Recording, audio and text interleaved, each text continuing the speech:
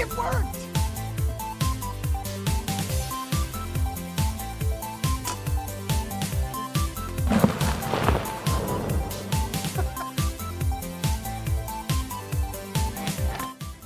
It's not magic, it's science. Hey, science enthusiasts! Welcome back to iScience with Dr. White, coming to you from the CEC studios.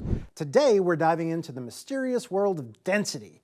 Ever wondered why some things float and others sink? Or maybe why this lava lamp has blobs that seem to dance? Stick around, because by the end of the episode, you'll not only know the answer, but you'll also be able to create your very own dancing blobs. These blobs in the lava lamp move up and down due to differences in density. Density is a measure of how much stuff or mass is packed into a certain volume. Think of it like a crowded elevator. The more people inside, the higher its density. Now let's visualize density with a colorful experiment. I'll need to go to the void for some supplies. I'll need 5 cups, a vase, some salt, some food coloring, a spoon, and a turkey baster. Here we have 5 cups. One of them will be just plain water with food coloring. For the other 4, we'll be adding different amounts of salt. Each cup will have an increasing amount of salt, making them progressively denser. And to make things visually exciting, we'll give each layer a different color.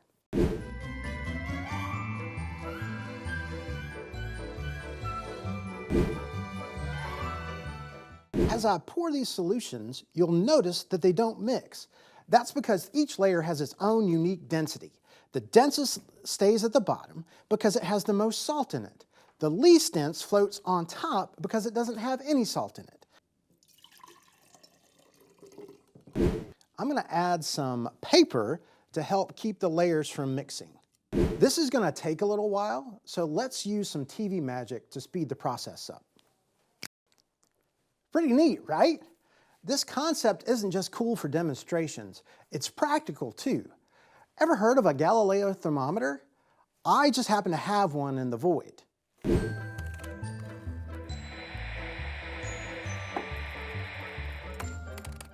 As the temperature outside the tube increases, the temperature of the liquid in the tube increases too, which causes it to expand, increasing its volume.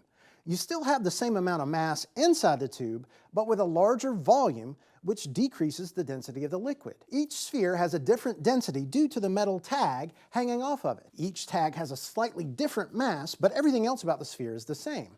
The sphere that floats closer to the middle of the tube is the one with the same density as the liquid in the tube.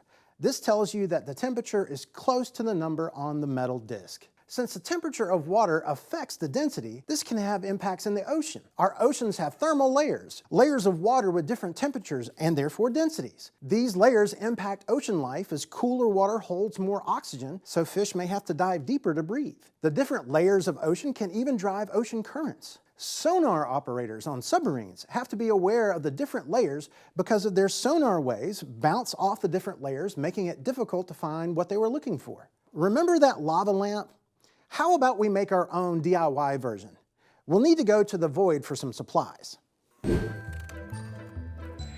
I'll need an empty bottle, some food coloring, some vegetable oil, an Alka-Seltzer tablet, and a plastic funnel. Just fill a bottle about 2/3 with water.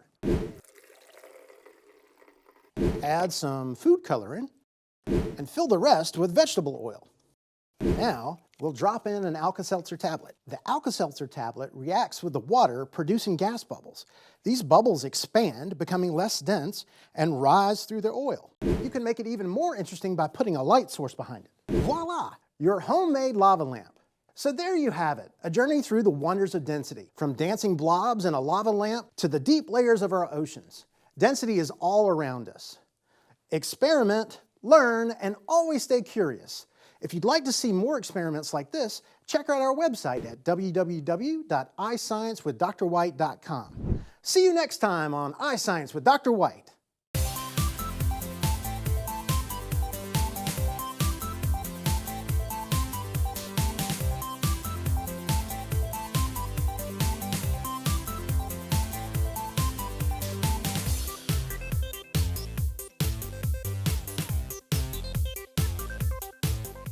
Since you're still here after the credits, you must be a science teacher who'd like to know more about how to use this episode in your classroom.